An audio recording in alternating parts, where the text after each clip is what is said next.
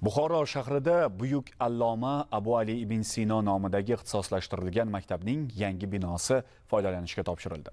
Bayram kunlaridagi ushbu tuhfa nafaqat ta'lim sohasidagi muhim qadam, balki ma'naviy ma'rifiy hayotimizda ham quvonchli voqelikdir.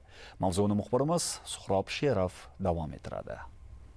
Mamlakatimiz prezidenti rahnamoligida ta'lim tizimida amalga oshirilayotgan islohotlar inson qadrini ulug'lash, xalqimiz turmush farovonligini oshirish va yurtimiz taraqqiyotini yangi bosqichga olib chiqishga qaratilgani bilan alohida ahamiyatga ega. Shunga muvofiq qad rostlagan Abu Ali ibn Sino nomidagi ixtisoslashtirilgan maktab Buxoro filiali bugunga kelib ko'rkam ilm maskaniga aylandi. O'quvchilarimizning quvonchlari cheksiz, chunki ular o'zlarining jonajon maktablariga ega bo'lmoqdalar.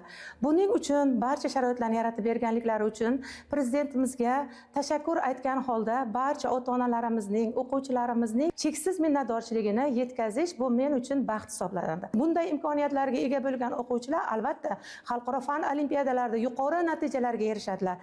Mamlakatimizning rivojiga hissa qo'sha oladigan top 100 talikka, top 10 talikka kiradigan institutlarda o'qiy oladilar. Abu Ali ibn Sino nomidagi ixtisoslashtirilgan maktab Buxoro filiali barcha talablarga javob beradigan infratuzilmaga ega bo'lib, uni barpo etish uchun 13,5 milliard so'm mablag' sarflandi. Zamonaviy andoza 3 qavatdan iborat maktab 360 nafar o'quvchiga mo'ljallangan bo'lib, 120 o'rinli yotoqxonasiga ham ega. Dargohda 28 ta zamonaviy sinfxona, 3 ta fan laboratoriyasi, kutubxona, sport zali va boshqa zarur shart-sharoitlar yaratilgan.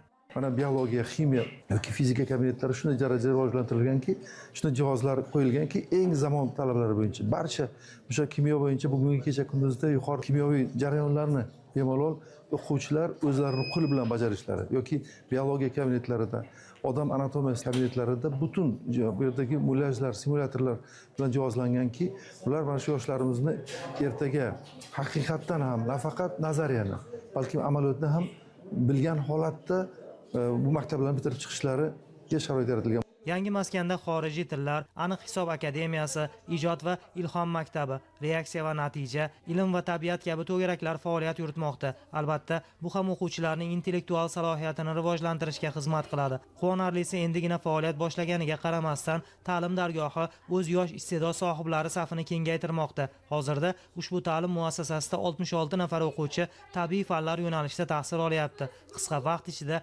ularning erishgan yutuqlari alohida e'tirofga loyiq. Nafaqat respublika bo'yicha biz jahon miqyosida ham o'z ovozimizni baralla ayta olamiz. Bunga qanday erishamiz?